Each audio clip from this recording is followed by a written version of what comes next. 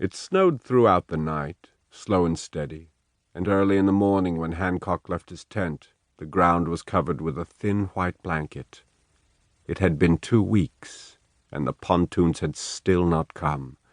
The word came from Burnside to just sit and wait. Hancock walked downhill toward the river. He saw a thin glaze on the water, the first signs of ice, thought, if we wait long enough, we can walk across. The hill had a layer of snow, and he stopped, admired it as he would a painting, a beautiful scene. Above him, upriver, there was some rough water, a few rocks breaking the smooth flow. He stopped, saw something moving among the rocks, waited, and now he could see. It was a cow. Several more cows moved into the water on the far side, breaking through the thin ice as they moved out into the middle of the river. The first one had reached the near bank, climbed up through the black mud, disappeared into thick grass and short trees. He watched the others, watched the depth of the water, saw they did not go down more than 3 feet, and he turned, ran back up through the snow toward the headquarters of General Couch. As soon as he told him the news, Couch leapt up from a breakfast of pancakes and accompanied him to Sumner's quarters, in a stately home that had once belonged to the family of George Washington. They entered the house, and Hancock caught the strong smell of cigar smoke. Standing in the middle of the main living room among a cluster of clean blue coats was General Burnside. Couch said, "Excuse us, General. We did not know you were here. We came to see General Sumner. General Hancock has some information you may find useful." Burnside looked at Hancock, held out his hand, said, "Yes, General Hancock, a pleasure. Please, gentlemen, let's go this way. I just left General Sumner in his office." Sumner seemed annoyed at the interruption. "What is it, Couch?" "Sir, General Hancock reports that it is possible to ford the river, upstream a short distance. With your permission, we could begin moving the men right away."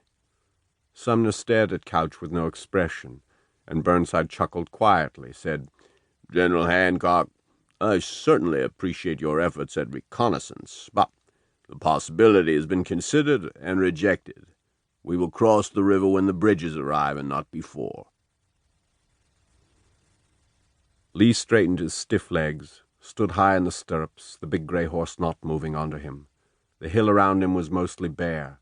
A few trees broke the clean snow, and in front of him the slope was steep, dropping away toward the town. He could see clearly, see it all, the wide gap of open land the attackers would have to cross, broken only by a few fences and one deep canal, which would disrupt any quick advance of troops. Fredericksburg itself was spread out against the edge of the river, and he knew he would not hold it.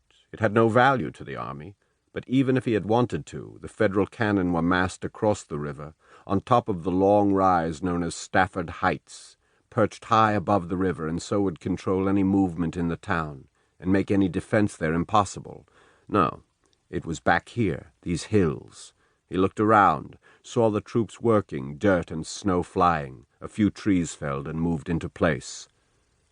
Across the Rappahannock on the far hills he saw the camps, the masses of blue, and could see some movement, though not much detail. The heights were nearly a mile away, and the only real clear image was the house, the mansion, the ancestral home of George Washington, where Lee had courted his wife Mary 30 years earlier. He focused again, looked back down to the open ground, saw a deep roadbed, a long stone wall that ran along the base of the hill. Surely, he thought, they will not do it here, not here. He looked to his right, to the south, along the ridge of the hills, saw his men working far into the distance, digging in.